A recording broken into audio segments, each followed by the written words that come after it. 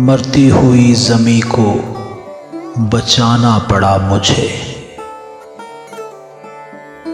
बादल की तरह दश्त में आना पड़ा मुझे।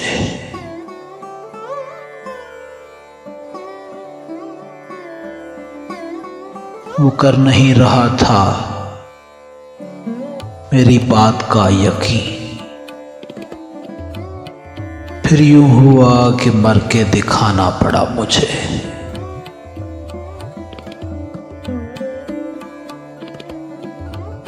भूले से मेरी समत कोई देखता न था। चेहरे पे एक जख्म लगाना पड़ा मुझे।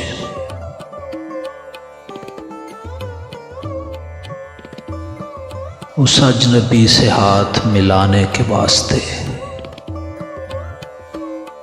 महफिल में सबसे हाथ मिलाना पड़ा मुझे।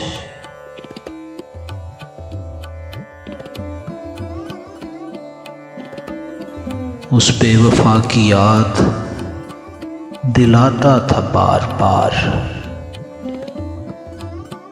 कल आईने पे हाथ उठाना पड़ा मुझे।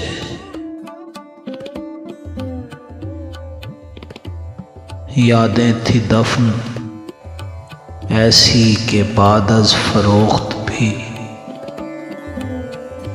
उस घर की देखभाल को आना पड़ा मुझे।